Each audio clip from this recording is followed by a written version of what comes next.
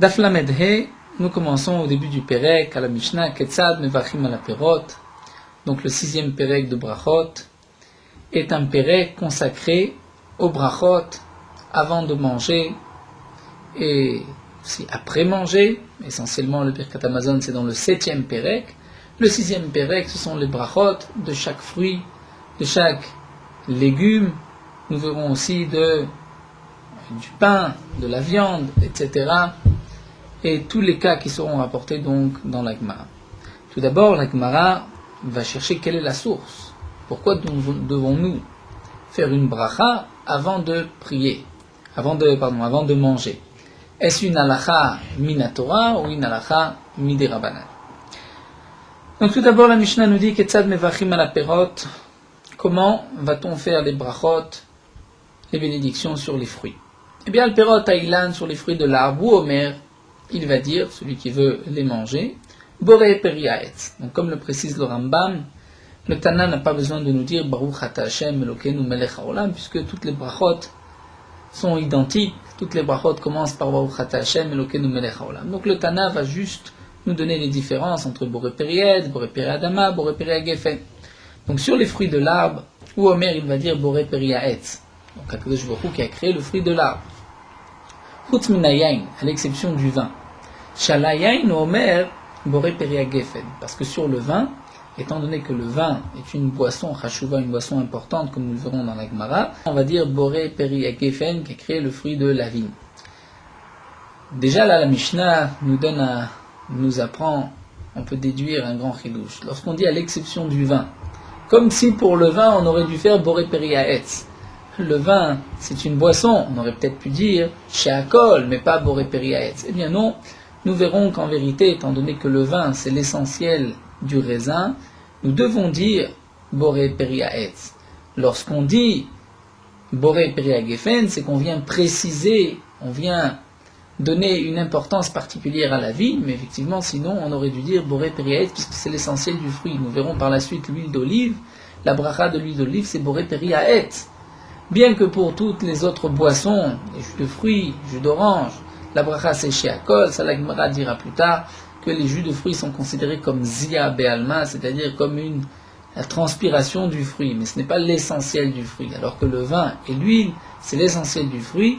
Donc s'il n'y avait pas cette halakha que pour le vin, on doit préciser et dire une bracha particulière boré periagefen, on aurait effectivement dit boré periaetz. Quand la Mishnah continue, va le perot haaretz pour les fruits de la terre, ou Omer, il dira boré periadama, donc Hachem qui a créé le fruit de la terre. Chutz minapat, à l'exception du pain, chez alapat ou Omer, amotzi lechem minaretz, parce que sur le pain, il dira amotzi lechem minaretz, qui a fait sortir le pain de la terre. Pas Irakot ou Omer, sur les légumes, il dira boré peri haadama, Rabbi Yehuda Omer, boré miné deshaim. Rabbi Yehuda donne une autre bracha particulière, il dit Rabbi Yehuda Omer, qui a créé les sortes d'herbes sur les légumes, comme par exemple la salade, le chou, etc., nous dit Rabbi Yehuda, il faudra dire boré miné deshaim.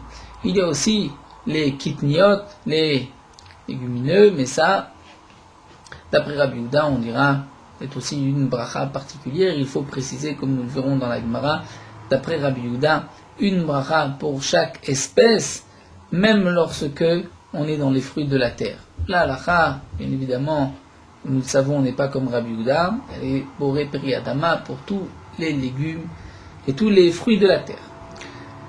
La Gemara nous dit, d'où est-ce qu'on sait que l'on doit dire une bracha avant de manger? Eh bien, la Gemara va tout d'abord nous porter tout un développement pour terminer. En vérité, la conclusion de la Gemara, c'est simplement une svara, c'est logique. Un homme n'a pas le droit de profiter de ce monde-ci sans faire de bracha. Mais au départ, la Gemara a voulu rechercher des psukim. Donc nous allons étudier toute la Havamina, la première pensée de la Gemara, quelle était la source de la bracha. Mais Tanu Rabbanan, nous avons une braïta, c'est marqué Kodesh Ilulim Lashem. Concernant la vigne, le pasuk nous dit Kodesh Ilulim Lashem.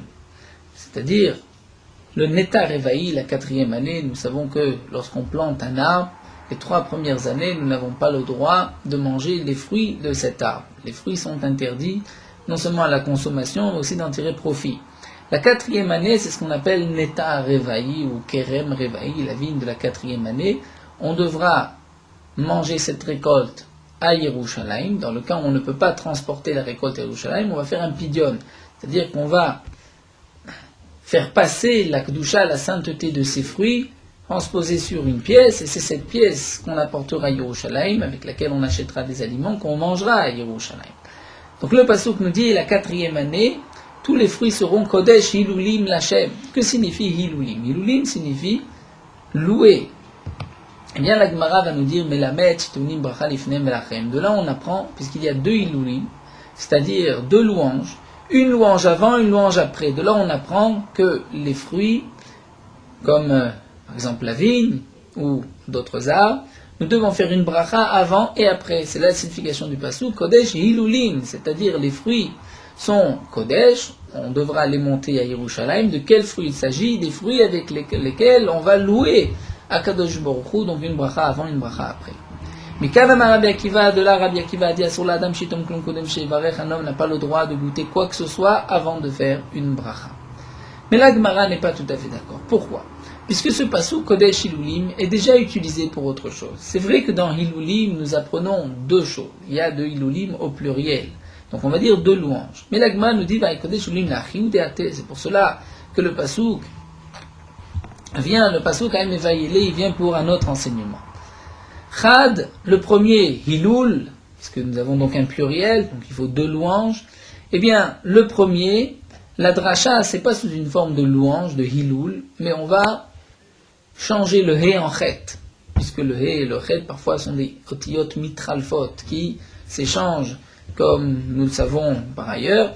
Et donc, la Gemara nous dit, le premier Hilulim, on va le traduire Hilulim, c'est-à-dire qu'on peut transposer la Kedusha. Donc le premier de ces Hilulim vient nous dire Achle ve'adar Achle, c'est-à-dire fait passer la Kedusha profane, dire rend ses fruits profanes, enlève la Kedusha en faisant passer cette sainteté sur une pièce et ensuite tu pourras les manger. C'est donc là le principe de la possibilité de la 4e année de transposer la Kedusha sur des pièces. Nous l'apprenons de ce pasuk. Ve'adar, le second. Nous apprenons de là que Davar a Taoun Shira, Taoun Chilul. Quels sont les fruits que nous devons monter et manger à Yerushalayim? Ce sont les fruits qui ont besoin d'une chanson. C'est-à-dire, les fruits qui ont besoin d'une chanson, nous allons voir, ce n'est que la vigne. Lorsqu'on apporte un korban, n'importe quelle sorte, comme, on va dire, une bête, ou un oiseau, il n'y a pas de chanson. Les Kohanim, les Lévim ne chantent pas au Beth Amikdash. Quand est-ce que les Lévim vont chanter? C'est lorsqu'on apporte du vin au Beth Amikdash. Lorsqu'on apporte aussi des offrandes, des farines, il n'y a pas non plus de chanson de Shira. Donc nous dit la Gemara, le second vient nous dire quel est le fruit qui est concerné par cette loi de la 4e année qui doit être mangé à Yerushalayim. C'est seulement un fruit sur lequel nous devons dire une Shira, une chanson. Celui-ci, Taoun Chilul, il faudra faire passer, transposer sa sainteté. Le fruit qui n'a pas besoin de Shira, n'a pas besoin de Chilul. Comme l'a dit Rav Shmuel Nachmani à Rabbi Natan, d'où est-ce qu'on sait qu'on ne dit la Shira, la chanson, que sur le vin? Shneemar, c'est marqué. Lorsque les arbres cherchaient un roi, à ce moment-là, la vigne a dit, mais moi, Ichdalti et Tiroshi, est-ce que je vais laisser ma vigne, mon raisin, Hamesameach Elokim ve'anashim, qui réjouit Elokim, Akadosh Baruch Hu, ve'anashim et les hommes. Alors la Gemara demande, Imanashim et Sameach, on comprend que le vin réjouit l'homme, mais Elohim b'mam et Sameach, comment le vin réjouit Akadosh Baruch Hu? Oui, quand de là on apprend chez Nomrim Shira la Yain, que la Shira, donc qui réjouit Akadosh Baruch Hu, ne se dit que sur le vin. Ce que la Gemara veut nous dire de là, c'est que au départ, on a voulu apprendre la bracha de Kodesh Hilulim, c'est-à-dire il y a 2 louanges pour le fruit. La Gemara dit pas du tout, ce pasuk est utilisé pour 2 autres enseignements. Premier enseignement que nous devons transposer la Kedusha de la 4e année sur une pièce et monter à Yerushalayim cette pièce, dans le cas où on ne peut pas monter les fruits, c'est donc Achle ve'adar Achle. Et la deuxième dracha, c'est pour nous apprendre qui est-ce qui est concerné par Neta Revaï, c'est seulement la vigne sur laquelle nous allons dire Shira, une chanson, un Hilul. Mais donc nous n'avons pas de pasuk qui vient nous faire une quelconque allusion à la bracha avant ou après. La Gemara dit, Encore Anicha Leman Detane Neta Revaï. Nous avons une marloquette. Chaque fois que dans les Mishnayot on parle de la 4e année, est-ce que ce sont tous les arbres qui sont concernés ou seulement la vigne? Donc là nous avons vu que de la question de la Gemara, puisque la Gemara nous a dit que nous utilisons le 2e Iloul pour nous dire que ce n'est que sur le vin qu'il y a les fruits de Neta Revaï, c'est que la Gemara pense ici qu'il n'y a que le Kerem, que la vigne qui est concernée. Donc la Gemara nous dit, encore Anicha, ça va bien, les man Netane Neta Revaï, celui qui dit que tous les arbres sont concernés par la 4e année. Donc, ce Tana n'a pas de dracha de Davar Ataun Shira Ataun Hiloul. Donc le second Hiloul est en trop, est en plus, et donc nous pourrons apprendre la Beracha. Et la Gemara nous posera par la suite, c'est vrai qu'on apprendra une bracha, mais on apprendra que la bracha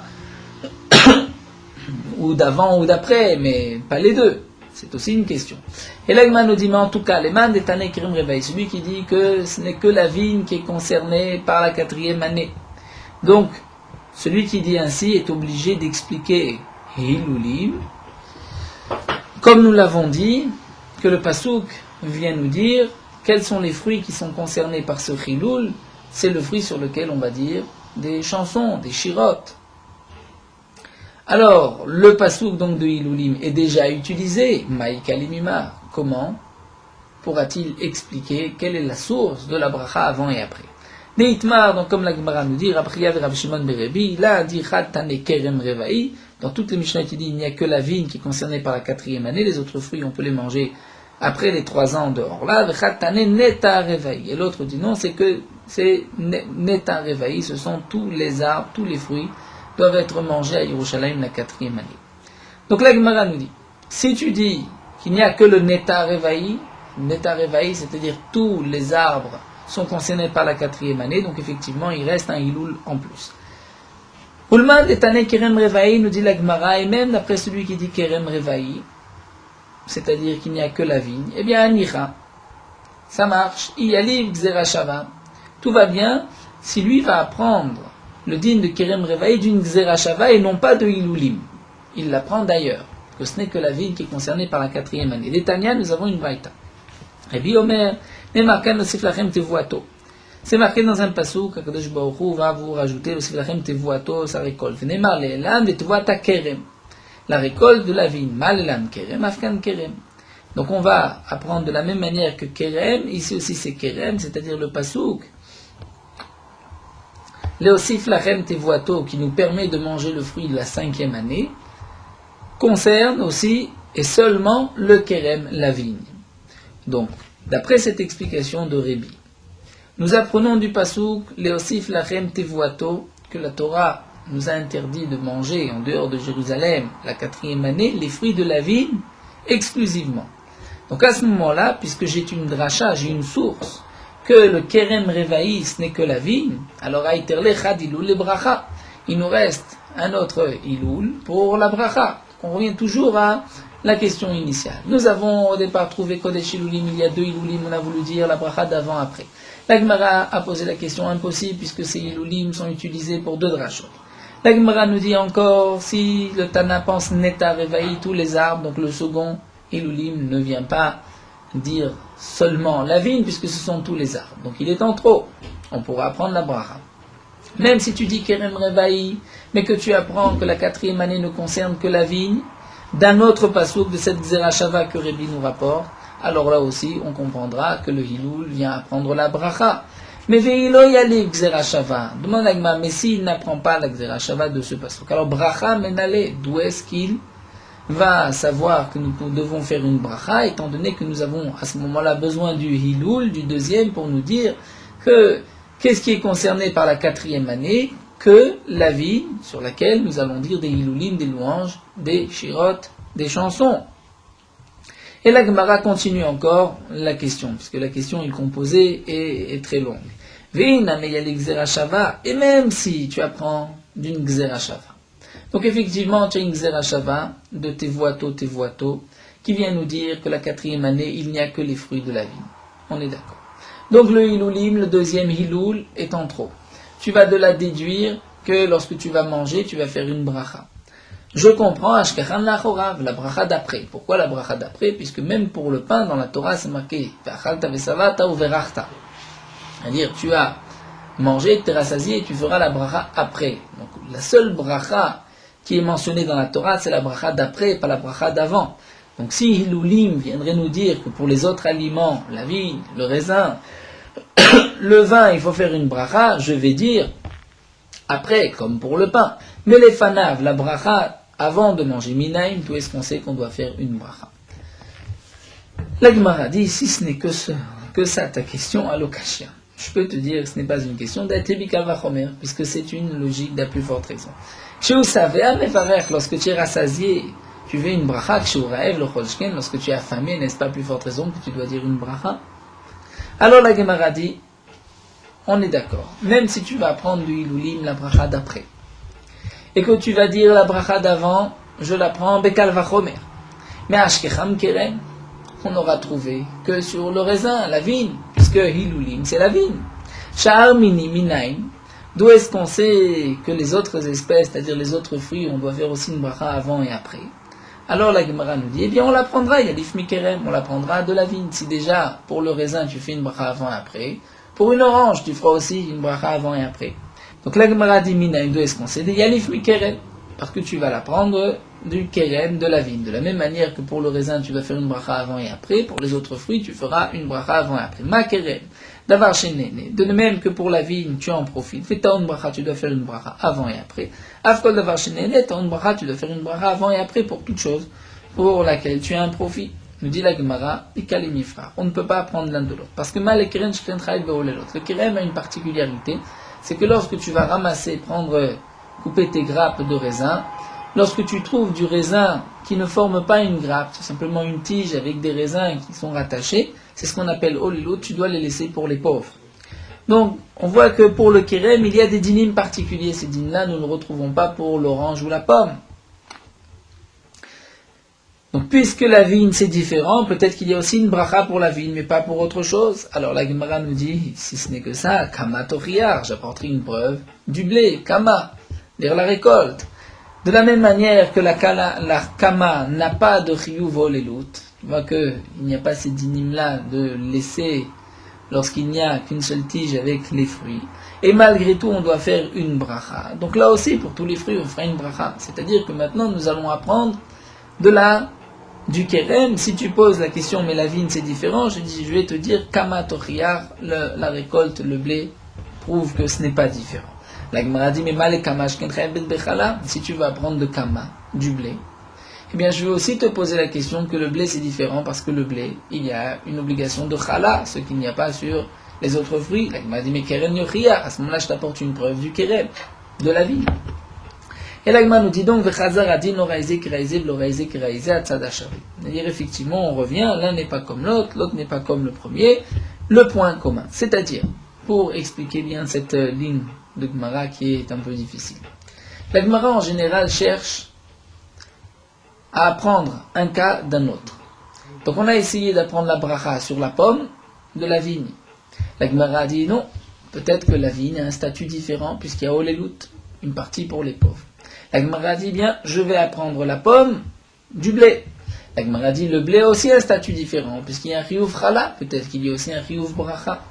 Alors la Gemara nous dit, puisque je ne peux pas apprendre ni de l'un tout seul, ni de l'autre. Je vais apprendre des deux ensemble. C'est-à-dire, je vais chercher quel est le point commun entre la vigne et le blé. Tu ne peux pas dire olelut puisque le blé n'a pas olelut. Tu ne peux pas dire chala puisque la vigne n'a pas de chala. Donc si tu vois que, et pour la vigne, et pour le blé, il y a une bracha, il faut chercher le point commun pour savoir quelle est la raison de la bracha. Et donc on va dire, voici le point commun. Lorsque tu en profites, c'est un aliment duquel tu profites et tu dois faire une bracha. Et donc je vais inclure que tu dois faire une bracha. Alors la Gemara continue et nous dit non, tu ne pourras pas apprendre de ces deux. Pourquoi? Je peux te trouver un autre point commun qui est peut-être la raison de la bracha. Parce que le blé monte sur le misbéach. Il y a des offrandes de blé. Le vin, il y a aussi des versements qui se font de vin. Et donc, je vais dire, quel est le fruit qui a besoin d'une bracha? le fruit qui a un rapport avec le misbéach. Bien que on ne comprend pas quelle est la signification, quel rapport avec le misbéach et le fruit, mais la Gemara en tant que pira de poser une question, on peut poser toutes sortes de questions. C'est-à-dire pour briser le matat, c'est-à-dire ce qu'on vient apprendre l'un de l'autre, lorsqu'on a une toute petite différence, on peut poser la question. Donc la Gemara dit, si encore tu vas apprendre de la vigne et du blé, je vais te dire, peut-être que la vigne et le blé c'est différent parce que il y a tzad misbéach, un rapport avec le misbéach. Mais c'est vrai que sur l'olive, l'huile d'olive, étant donné qu'il y a aussi un rapport des tzad misbéach, tu devras faire aussi une bracha. Quel est le tzad misbéach de l'olive? Puisqu'il y a aussi des farines qui sont mélangées avec de l'huile. Donc c'est vrai que pour l'huile, le raisin, c'est-à-dire l'olive, le raisin et le blé, on va faire des brachot. Mais pour le reste, nous ne savons toujours pas. Vezaï demande la Gemara, attends, demande la Gemara, je ne comprends pas. L'olive, tu n'as pas besoin de la prendre du misbéach. L'olive, c'est marqué dans la Torah, kerem. Donc on revient au passouk initial, où nous avons dit que le aussi la rem tevoato qu'on a expliqué par kerem. Eh bien, l'olive était aussi appelée kerem. Pourquoi dire-t-il Vaïver megadish vatkama vat kerem zaït? On voit le kerem de l'olive. L'olivier est aussi appelé une vigne d'olivier. Amar Rafapa Rafapa dit non. Kerem zaït écrit, kerem stama le écrit. C'est appelé effectivement kerem zaït, mais kerem tout court, ce n'est pas appelé. En tout cas, mikol makom kashia. On revient à malaktsad achave shebaem. Le point commun entre la vigne et le blé, c'est qu'il y a un rapport avec le misbéach. Mais pour les autres fruits, nous n'avons pas de preuve. Donc pour ne pas perdre le fil, nous allons juste répéter les grandes lignes. Qu'est-ce que la Gemara nous a dit? C'est vrai que c'est une Gemara compliquée, et toutes les agadotes que nous avons vues, des Gemarotes plus faciles, là, on a plus de mal. Donc pour reprendre, la Gemara cherche la chose suivante. D'où est-ce qu'on sait qu'on doit faire une bracha avant et après le manger, avant et après, pour tout aliment, pour tout fruit? La Gemara va nous dire, puisque dans le passouk c'est marqué Kodesh Ilulim, il y a deux Ilulim de louanges, une avant, une après. Nous dit la Gemara, mais ces Ilulim, ces deux louanges, sont utilisés pour d'autres enseignements, non pas sous forme de Ilulim, mais de Chilul, c'est-à-dire du fait qu'on va faire le pidyon, transposer la Kedusha. Donc la Gemara nous dit encore, celui qui va dire Neta Revaï, ce sont pour tous les fruits qui sont concernés par la 4e année. Donc lui ne va pas apprendre de Kodesh Ilulim, ces deux drachot, il restera un Ilul en plus. S'il lui reste un Ilul en plus, il pourra apprendre la bracha et d'avant et d'après, tel que la Gemara nous dit, puisque si déjà après, alors à plus forte raison avant, lorsque tu es encore à jeun et que tu as faim. Ensuite la Gemara continue et nous dit, mais d'après celui qui apprend donc Kerem Revaï, il va utiliser ce pasouk, le deuxième Ilulim, pour nous dire que la 4e année ne concerne que la vigne. Donc je n'ai pas de pasouk en plus pour la bracha. La Gemara propose, puisque nous avons un enseignement de Rébi, comme quoi le Kerem Revaï de la 4e année s'apprend d'une autre source. Si c'est d'une autre source, à ce moment-là le Ilulim reste libre. S'il reste libre, donc nous avons la possibilité d'apprendre de là-bas que nous devons faire une bracha après, et par un kalvachomer même avant. Et la Gemara nous dit, effectivement, donc nous avons une preuve du Ilulim, nous allons dire une bracha avant et après. Mais malgré tout, nous ne savons pas pour les autres fruits, nous avons que la vigne. La Gemara dit, tu peux apprendre l'un de l'autre. La Gemara dit, non, je ne peux pas apprendre de la vigne a un statut particulier. Alors la Gemara dit, tu vas l'apprendre du blé. La Gemara dit, mais le blé a aussi un statut particulier, je vais l'apprendre des deux. La Gemara dit non, les deux ont un statut particulier puisqu'ils ont un rapport avec le misbéach. Alors la Gemara reprend et continue et nous dit, et là, je vais apprendre tous les fruits des 7 fruits d'Israël. Puisque juste avant le pasuk Vachalta vesavata uverachta, la Torah nous dit Eretz chita usora, les 7 fruits d'Israël, et ensuite le pasuk termine en disant tu feras la bracha. Donc pour les 7 fruits d'Israël, il y a une bracha. Eh bien, on n'a qu'à dire pour tous les autres fruits aussi. Ma shivata minim, de la manière que les 7 fruits d'Israël, davar shenene, tu en profites de ton bracha, tu dois faire une bracha. Afkol davar shenene, ton bracha. Chaque fois que tu profites d'un aliment, tu dois faire une bracha. La Gemara dit, tu ne peux pas prendre les autres fruits des 7 fruits d'Israël. Pourquoi? Parce qu'ils ont une particularité, qu'il y a les prémices des 7 fruits d'Israël, chose qu'il n'y a pas avec les autres fruits.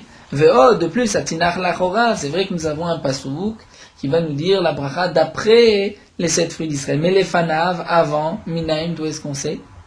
Et la Gemara, bien sûr, reprend ce que nous avons vu. Halokashia, il n'y a pas de question. Datebekal vachomer, Shusada mevek, Shorev lochol sheken. Lorsque il est rassasié, il fait une bracha. À plus forte raison, lorsqu'il est affamé, qu'il doit aussi dire une bracha avant de manger. Et la Gemara, donc, termine par cet instant ici. La conclusion, c'est qu'a priori, on pourrait apprendre tous les fruits des 7 fruits d'Israël. Seulement, la Gemara continue et nous dit Uleman netane neta revaï. Mais d'après celui qui dit que neta revaï, c'est-à-dire tous les fruits sont concernés par la 4e année. Donc, c'est vrai que nous avons dit qu'à ce moment-là, le Hilulim est en plus pour nous dire que nous devons faire une bracha. Mais demande la Gemara, Atinar kol davar netia. Je ne vais apprendre que ceux qui se plantent et qui va pousser. Des laves bar netia. Un aliment qui ne pousse pas sur la terre. Comme ran bassa, comme la viande, betim, les œufs, dagim, les poissons, ménalés. D'où est-ce qu'on sait qu'on va pouvoir faire, qu'on devra faire une bracha? Puisque pour l'instant, nous n'avons de source de la Torah que pour des fruits ou des légumes qui poussent sur la terre, mais de la viande, des œufs, du poisson, d'où est-ce qu'on sait qu'on doit faire une bracha? Et l'agma conclut, la svaraou, c'est logique, c'est une svara, asur la adam shiane mina olam aseh belo bracha, un homme n'a pas le droit de profiter de ce monde sans faire de bracha. Donc la conclusion de l'agmara, nous avons l'interdiction de profiter de ce monde sans faire de bracha, c'est pour cela que nous devons donc faire une bracha avant de manger, et aussi, donc, comme nous allons le voir, après manger. Donc nous avons terminé la source de la bracha. Comme nous l'avons vu, donc la Gemara a cherché par toutes les manières de trouver une source à cette bracha. La conclusion, c'est qu'une simple svara, et comme disent les Rishonim, Tosfot, les psukim qui ont été rapportés jusqu'à présent, ce n'est qu'une asmarta, une allusion. Et donc les brachot ne sont que midé rabanan, c'est une institution des chachamim. Les chachamim ont institué de faire une bracha avant et après pour tous les aliments. Nous continuons. La suite est beaucoup plus facile. Tanu Rabanan. Asur lo l'adam she'anem min ha'olam hazeh belo bracha. La Gemara nous dit un homme n'a pas le droit de profiter de ce monde-ci sans faire de bénédiction. V'chol ha'nehenem min ha'olam hazeh belo bracha ma'al, tout celui qui profite de ce monde-ci sans dire de bracha ma'al, il profane. Ma'ita kante. Quelle va être sa réparation? Yelech etzel chacham. Qu'il aille chez le chacham. Chez l'érudit en Torah. La Gemara dit Yelech etzel chacham ma'yavidle. Qu'est-ce qu'il va lui faire si quelqu'un a mangé sans dire de bracha? Ce n'est pas parce qu'il va aller chez le rave de sa ville qu'il va pour autant réparer sa avera. Ha'avid le'isure, il a déjà fait sa avera. Et la Marava, Rava nous dit Ilech etzel chacham mi'ikara. C'est celui qui a profité de ce monde-ci sans dire de bracha parce qu'il ne sait pas, et bien qu'il aille apprendre chez le rave et l'amdenu brachot, qu'il lui apprenne les brachot, que des shelo yavoli des mila, pour qu'il ne vienne pas à profaner, c'est-à-dire à profiter de ce monde-ci sans bracha. Amar Rabbi Yuda Mar Shmuel, Rabbi Yuda dit non Shmuel, qu'on aime le mazé belo bracha, qu'il ne mikotche shamaim, celui qui profite de ce monde-ci avant la bracha, sans bracha, c'est comme s'il profite de quelque chose kotche shamaim qui appartient à Kadosh Baruch Hu. Shneimar Lachem Haaretz U'Noa, nous dit le pasuk, la Torah appartient, le monde, la terre et tout ce qui est dans la terre appartient à Kadosh Baruch Hu. Donc celui qui mange sans bracha vole entre guillemets à Kadosh Baruch Hu. D'ailleurs, nous dit la Gemara Rab Levi, Ramektiv. Rab Levi posait la contradiction. C'est marqué dans un pasuk Lachem Haaretz U'Noa. La terre tout entière, tout ce qu'il y a dans la terre appartient à Hachem. Vektiv, et c'est marqué Shamaim Shamaim Lachem. Hachem a gardé le ciel. Ve'aretz natan livnei adam, il a donné la terre aux hommes. Lokashia, nous dit la Gemara, il n'y a pas de contradiction. Kan kodem bracha, kan le'achar bracha. Tout dépend avant ou après la bracha. Nous tournons la page. Avant la bracha, tous les fruits, tout ce qui a poussé sur la terre appartient à Kadosh Baruch Hu. Tout ce qui est dans la terre appartient à Kadosh Baruch Hu. Après la bracha, Kadosh Baruch Hu nous a donné les fruits, les légumes et tous les aliments de la terre. Amar Rav Chanina bar Papa, Kolamne mina olam hazeh, nous dit Rav Chanina bar Papa, tout celui qui profite de ce monde-ci, belo bracha, sans dire de bénédiction, qui le gozel à Kadosh Baruch Hu knetet Israël. C'est comme s'il vole à Kadosh Baruch Hu et au peuple d'Israël. Pourquoi? Nous explique Rashi, parce que lorsqu'un homme faute ne dit pas de bracha, eh bien il y a une punition sur les fruits. Les fruits la récolte ne sera pas bonne. Donc il fait perdre au peuple d'Israël une bonne récolte. Shneimar, comme c'est marqué gozel avi ve'imo. Ve'omer en pesha. celui qui vole son père et sa mère et qui dit il n'y a pas de faute, Chaver ou Leishmashrit, c'est l'ami de l'homme destructeur. Ven Aviv, qui est son père, et là, Kadosh Baruch Hu, comme c'est marqué dans le pasuk, Alo Avicha Kanecha, c'est ton père qui t'a créé, Ven Imo et la Knesset Israël Imo, c'est la Shrina, Knesset Israël, le peuple d'Israël, Shenemar, Shema Beni Musar Avicha, écoute mon fils, les remontrances de ton père, Altitosh Torah Timecha, et ne lâche pas la Torah de ta mère. Maï Chaver ou Leishmashri, demande à Gemara, quelle est l'explication de la suite du pasuk, c'est l'ami de l'homme destructeur? Eh bien, Marafrana bar papa, Chaver ou Yerovam ben Navat, celui qui ne dit pas de bracha avant de manger, eh bien, c'est l'ami de Yerovam ben Navat, Shishrit et Israël Avem Shibashnem, qui a fait fauter le peuple d'Israël, qui a perverti le peuple d'Israël à leur contre Akadosh Baruch Hu, leur père dans le ciel. La Gemara continue, Rafrana bar papa Ramektiv. Rafrana bar papa va poser la contradiction suivante. C'est marqué la carte Degani Beito. Akadosh Baruch Hu dit je prendrai Degani, c'est-à-dire mes céréales, ma récolte Beito en son temps. Vérité, mais pourtant dans le schéma c'est marqué Vasafta Deganecha, c'est-à-dire ta récolte. Alors est-ce que c'est la récolte d'Akadosh Baruch Hu ou ma récolte? Lokasha. Quand Bisman Shisrael Osim Retzono Shel Makom, lorsque les bénis Israël font la volonté d'Akadosh Baruch Hu, c'est effectivement notre récolte. Quand Bisman Shisrael Osim Retzono Shel Makom, lorsque le peuple d'Israël ne fait pas la volonté d'Akadosh Baruch Hu, eh bien Hachem vient leur dire, nous explique Rashi, vous ne faites pas ma volonté, eh bien c'est dégagné, c'est-à-dire c'est ma récolte. Je vais la prendre et la donner à qui bon me semble. C'est-à-dire ce ne sont pas les bénis Israël qui vont récolter ce qu'ils ont semé. Tanoura Banan, la Gemara nous rapporte une braïta bien connue, la marloquette de Rabbi Shmuel et Rabbi Shimon ben Yochai. C'est marqué dans le schéma, Ve'asafta deganecha. Tu rassembleras tes céréales, ta récolte. Ma Talmud lomar. Pourquoi la Torah a-t-elle besoin de dire tu rassembleras? Le fiche Nehemar, nous dit la Gemara, puisque c'est marqué par ailleurs, lo yamush sefer Torah zemipicha, ce sefer Torah, c'est-à-dire l'étude de la Torah ne bougera pas de ta bouche, kol imechaïcha, tous les jours de ta vie. Yachol dvarim kirtavam. Est-ce que ça signifie vraiment qu'on doit appliquer le pasuk à la lettre, c'est-à-dire être constamment dans l'étude de la Torah sans perdre un instant? La Torah dit non. Il faut malgré tout que tu travailles aussi, que tu ailles récolter et avoir un gagne-pain. Avec l'étude de la Torah, tu dois aussi avoir un travail qui te permettra de subvenir à tes besoins. Dit Rabbi Shmuel, sont les paroles de Rabbi Shmuel. Rabbi Shimon ben Yochai Omer, Rabbi Shimon ben Yochai n'est pas d'accord. Rabbi Shimon ben Yochai dit, mais si c'est ainsi, Efshar Adam Choresh Beshat Charisha, l'homme va labourer au moment où il faut labourer. Vezorea Beshat Zria, il va semer lorsqu'il faut semer. Vekotzer Beshat Tzira, il va récolter lorsqu'il faut récolter, au moment de la récolte. Vedash Beshat Disha, il va faire ensuite le travail de dash, d'écraser la récolte. Vezore Beshat Aruach, et lorsqu'il y a du vent, donc il va lever sa récolte pour que se séparent l'écorce du livret. Mais à ce moment-là, si l'homme est donc constamment préoccupé par son travail, Torah, Maté Aléa, la Torah, l'étude de Torah, qu'est-ce qu'il adviendra de sa Torah, de son étude? Et là, nous dit Rabbi Shimon ben Yochai, c'est ainsi qu'il faut comprendre les psukim. C'est-à-dire que Rabbi Shimon ben Yochai n'est pas d'accord avec l'idée du travail du Derech Eretz avec l'étude de la Torah. Et là, simplement, dit Rabbi Shimon ben Yochai, Bisman shi Yisrael osim retzono shel makom, lorsque le peuple d'Israël accomplit la volonté d'Hachem, bien melartan nasit alidei achirim. Ce sont les autres, les nations, qui travailleront pour le peuple d'Israël. Chez Nehemar, V'amdu zarim v'raot tzonechem, c'est marqué dans le pasuk, des étrangers se lèveront et vont aller servir de berger pour vos troupeaux. Mais Bisman, chez Israël osim retzono shel makom, lorsque le peuple d'Israël ne fait pas la volonté d'Akadosh Baruch Hu, là effectivement, melachatam naasim alidei atzman. Ce sont les bénis Israël qui eux-mêmes doivent travailler. Chez Nehemar, v'asafta deganecha, tu ramasseras ta récolte. Ce n'est pas une bénédiction, c'est au contraire, lorsque le peuple d'Israël ne respecte pas la volonté d'Akadosh Baruch Hu. Velood et plus encore. Et lorsque les bénis d'Israël ne respectent pas la volonté d'Hachem, ils vont même travailler pour les autres peuples. Tu serviras ton ennemi.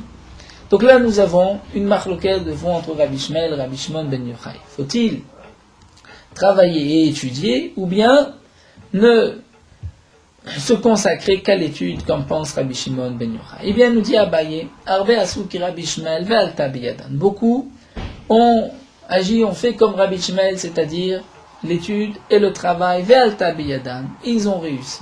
Ils ont réussi, ils ont eu un gagne-pain, une parnassa, et ils ont pu étudier. Que Rabbi Shimon ben Yochai, ceux qui ont voulu faire comme Rabbi Shimon ben Yochai, beaucoup aussi ont essayé, Velo alta biyadan, et ils n'ont pas réussi. C'est-à-dire se consacrer qu'à l'étude de la Torah, tous ces gens qui ont essayé n'ont pas réussi. De là, nous expliquent les Mefarshim qu'en vérité, il n'y a pas de marloquette entre Rabbi Ishmael et Rabbi Shimon ben Yochai. C'est ce qu'on appelle, il y a une anaga, une conduite du klal, une conduite générale du peuple d'Israël, et il y a aussi une conduite de particulier. Rabbi Ishmael s'adresse au klal Israël en général, le peuple d'Israël. Il faut que, en règle générale, l'homme travaille et étudie aussi. Il ne peut pas que se consacrer à l'étude, puisqu'il doit aussi subvenir à ses besoins. Mais il y a une anaga du particulier, qui est celle de Rabbi Shimon ben Yochai, l'homme qui ne va que se consacrer à l'étude, et comme l'a vu, sa melacha se fera à l'idacherim, grâce aux autres.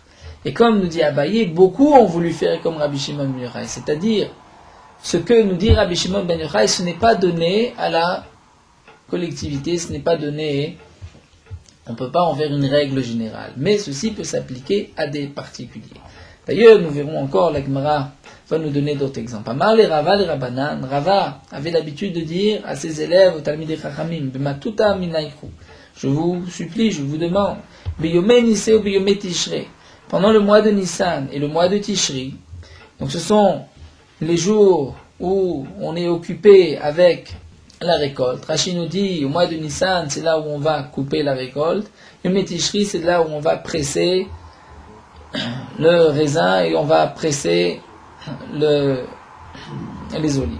Eh bien, l'otitrazu kamae, ne venez pas me voir, c'est-à-dire ne venez pas étudier. Pour ne pas que vous soyez perturbés toute l'année avec votre parnassa. Donc que vous puissiez étudier le reste de l'année en ayant votre parnassa pendant le mois de Nissan et le mois de Tishri.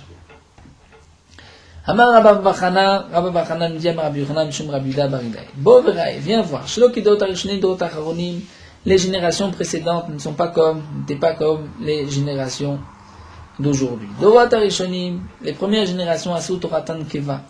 Ils ont fait de leur Torah leur occupation fixe. Umelachtan arai. Et leur travail était arai. Ce n'était pas l'essentiel de leur journée. Et ils ont réussi aussi bien dans l'étude que dans le travail, puisque l'essentiel de leur emploi du temps était l'étude de la Torah. Dorot acharonim, les générations d'après, Shasum melachtam keva, ont fait le contraire.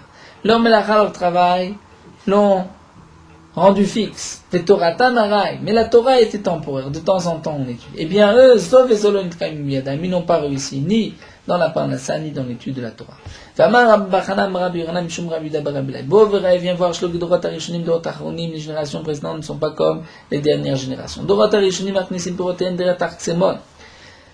Comme nous allons le voir, pour que la récolte ait l'obligation des prélèvements du maaser, il faut faire rentrer la récolte par la porte de la maison, ou la porte de la cour, comme nous le verrons. Les chassidim arishonim, Dorot, les premières générations, avaient l'habitude de faire rentrer leurs fruits de la traxemon. Traxemon, c'est la porte de la maison.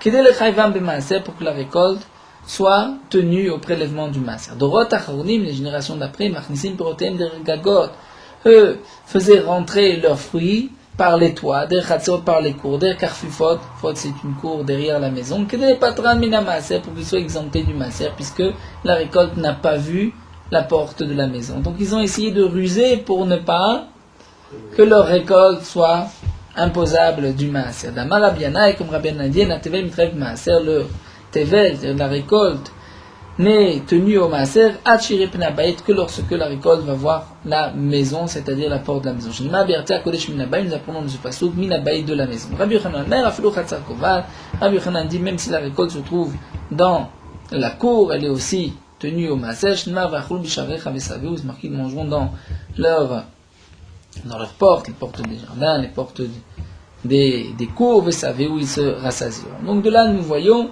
que les Dorot Arishonim faisaient en sorte d'être tenus au Chiyuv Maaser, des Acharonim essayaient d'esquiver le Maaser, et donc de chercher toutes sortes de ruses pour ne pas que la récolte soit tenue au Maaser, et pour qu'ils puissent donc donner, comme nous l'avons vu, à leurs bêtes à manger, puisque l'homme, de toutes les manières, a une interdiction midei Rabbanan.